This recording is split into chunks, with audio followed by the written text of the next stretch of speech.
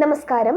PSC സിലബസിലെ Kerala ചരിത്രത്തിൽ യൂറോപ്യന്മാരുടെ ആഗമനവും അവരുടെ സംഭാവനകളും എന്ന ടോപ്പിക്കിൻ്റെ ഫസ്റ്റ് വീഡിയോ ആണ്.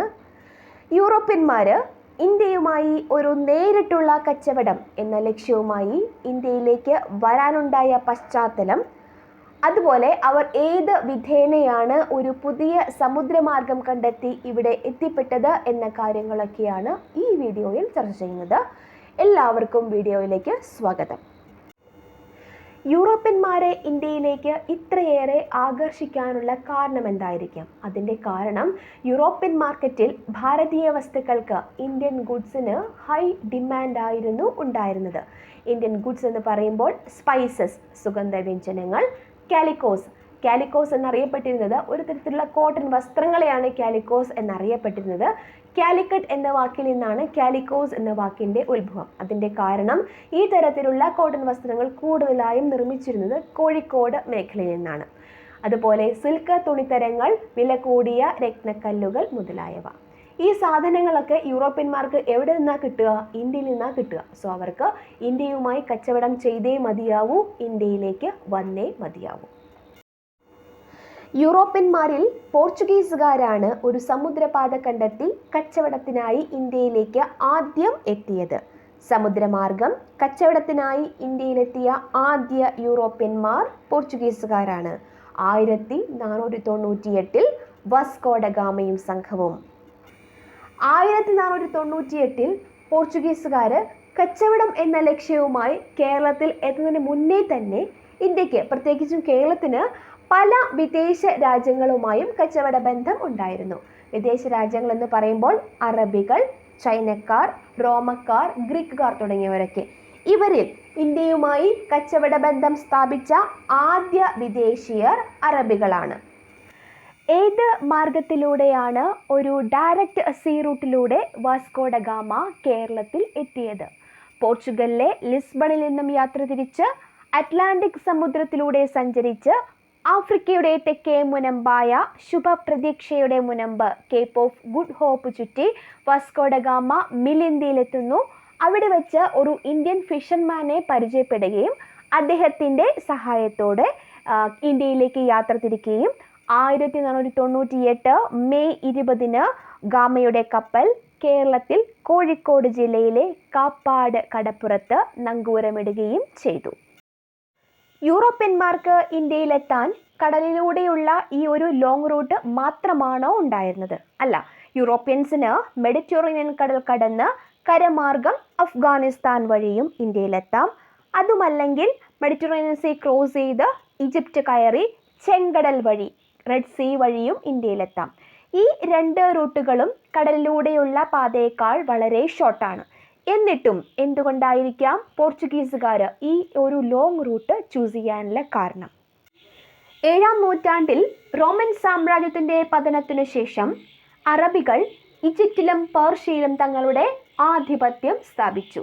ഇതോടെ യൂറോപ്യന്മാർക്ക് ഇന്ത്യയുമായിട്ടുള്ള നേരിട്ടുള്ള കച്ചവടത്തിൽ വളരെ അധികം കുറവുണ്ടായി. തന്നെയുമല്ല, യൂറോപ്യൻ മാർക്കറ്റിൽ ഹൈ ഡിമാൻഡ് ഉണ്ടായിരുന്ന ഇന്ത്യൻ കമ്മോഡിറ്റീസിന്, ഇന്ത്യൻ സാധനങ്ങളുടെ ലഭ്യതയിലും വളരെ അധികം കുറവുണ്ടായി. 1453 ഓട്ടോമാൻ തുർക്കികൾ കോൺസ്റ്റാന്റിനോപ്പിൾ കീഴടക്കിയത്. അതിനുശേഷം യൂറോപ്പിൽ നിന്ന് ഇന്ത്യയിലേക്ക് എത്ര ലാൻഡ് ട്രേഡ് റൂട്ട്സ് ഉണ്ടോ അതെല്ലാം തുർക്കികളുടെ കൺട്രോളിലുമായി. പ്രശ്നം എന്താണെന്ന് വെച്ച് കഴിഞ്ഞാൽ യൂറോപ്യന്മാരും തുർക്കികളും തമ്മിലുള്ള ബന്ധം അത്ര നല്ലതായിരുന്നില്ല. ഈ ഒരു സാഹചര്യത്തിലാണ് ഇന്ത്യയിലേക്ക് കടലിലൂടെ ഒരു നേരിട്ടുള്ള പാത കണ്ടുപിടിക്കാനായിട്ട് യൂറോപ്യൻ രാജ്യങ്ങൾ മുന്നിട്ടിറങ്ങുന്നത്. ഇന്ത്യയിലേക്ക് ഒരു സമുദ്രപാത കണ്ടുപിടിക്കാൻ മുൻപന്തിയിൽ നിന്ന 2 രാജ്യങ്ങളാണ് പോർച്ചുഗലും സ്പെയിനും. ആദ്യം പോർച്ചുഗലിൻ്റെ നാവിക പര്യവേഷണങ്ങൾ എന്തെല്ലാമായിരുന്നു എന്ന് നോക്കാം. ഇന്ത്യയിലേക്ക് ഒരു സമുദ്രപാത കണ്ടുപിടിക്കുക എന്ന ആശയം ആദ്യമായി കൊണ്ടുവന്നത് പോർച്ചുഗലിലെ Prince രാജകുമാരനായിരുന്നു, Prince Henry.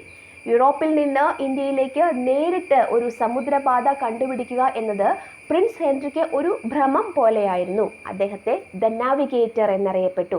The navigator എന്നറിയപ്പെട്ട പോർച്ചുഗൽ രാജകുമാരൻ പ്രിൻസ് ഹെൻറി.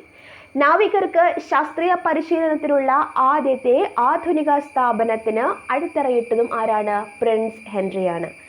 ഇന്ത്യയിലേക്ക് ഒരു സമുദ്രപാത കണ്ടുപിടിക്കുക എന്നത് പ്രിൻസ് ഹെൻറിയുടെ ജീവിത ലക്ഷ്യം ആയിരുന്നു എങ്കിലും മരണം വരെയും അദ്ദേഹത്തിന് അത് സാധിച്ചില്ല. ഹെൻറി അയച്ച നാവികർക്ക് ഭൂമധ്യരേഖ മുറിച്ചു കടക്കാൻ പോലും സാധിച്ചില്ല എന്നുള്ളതാണ് സത്യം.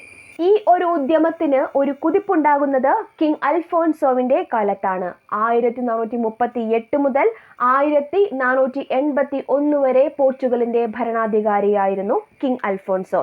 1471 പോർച്ചുഗീസ് നാവികർ ഭൂമധ്യരേഖ മുറിച്ചു കടന്നു. 1482 മുതൽ 1495 വരെ പോർച്ചുഗൽ ഭരണാധികാരിയായിരുന്ന കിങ് ജോൺ സെക്കൻഡ് 1487 ബെർത്തലോമിയോ ഡയസിനെ ഈ ഒരു ദൗത്യത്തിനായി അയക്കുന്നു. ഡയസ് ആഫ്രിക്കയുടെ പടിഞ്ഞാറൻ തീരങ്ങളിലൂടെ സഞ്ചരിച്ച് ആഫ്രിക്കയുടെ സതേൺ ടിപ്പിലെത്തിയപ്പോൾ ഒരു വലിയ കൊടുങ്കാറ്റ് വരികയും ഡയസിന്റെ ഷിപ്പിനെ ഈസ്റ്റ് വേർഡ് ഡയറക്ഷനിലോട്ട് കൊണ്ടുപോവുകയും ചെയ്തു. ഡയസിന് മനസ്സിലായി ആക്സിഡന്റലി ആണെങ്കിലും തങ്ങൾ ആഫ്രിക്കയുടെ തെക്കേ മുനമ്പ് ചുറ്റി വന്നു എന്ന്. കൊടുങ്കാറ്റിന്റെ ശക്തി മൂലം ഡയസിന് കൂടുതൽ ഈസ്റ്റ് വേർഡ് ഡയറക്ഷനിലേക്ക് പോകാൻ സാധിച്ചില്ല. ഡയസും സംഘവും പോർച്ചുഗലിലേക്ക് തിരിച്ചുപോയി. 1488 കടൽ മാർഗം ആഫ്രിക്കയുടെ തെക്കേ മുനമ്പ് ചുറ്റി സഞ്ചരിച്ച ആദ്യ യൂറോപ്യൻ നാവികനാണ് ബെർത്തലോമിയോ ഡയസ്. 1487 ഡയസ് പോർച്ചുഗലിൽ നിന്ന് യാത്ര തിരിച്ച് 1488 ആഫ്രിക്കയുടെ സതേൺ ടിപ്പിൽ എത്തിച്ചേർന്നു. അതിനുശേഷം 10 വർഷം കഴിഞ്ഞ് മാനുവൽ ഒന്നാമൻ രാജാവ് 1497 വാസ്കോ ഡ ഗാമയെ ഇന്ത്യയിലേക്ക് അയക്കുന്നു. വാസ്കോ ഡ ഗാമയും സംഘവും ആഫ്രിക്കയുടെ തെക്കേ മുനമ്പായ കേപ്പ് ഓഫ് ഗുഡ് ഹോപ്പ് ചുറ്റി 1498 കേരളത്തിൽ കോഴിക്കോട് കപ്പാട് എന്ന സ്ഥലത്ത് എത്തിച്ചേർന്നു. അടുത്തത് സ്പെയിനിന്റെ ഭാഗത്ത് നിന്നുണ്ടായ ഡെവലപ്മെന്റ്സ് എന്തൊക്കെയായിരുന്നു എന്ന് നോക്കാം. 1474 മുതൽ 1504 വരെ സ്പെയിനിന്റെ ഭരണാധികാരികളായിരുന്ന കിങ് ഫെർഡിനൻഡും ക്വീൻ ഇസബെല്ലയും ക്രിസ്റ്റഫർ കൊളംബസിനെ ഇന്ത്യയിലേക്ക് ഒരു സമുദ്രപാത കണ്ടുപിടിക്കുക എന്ന ദൗത്യം ഏൽപ്പിക്കുകയാണ്.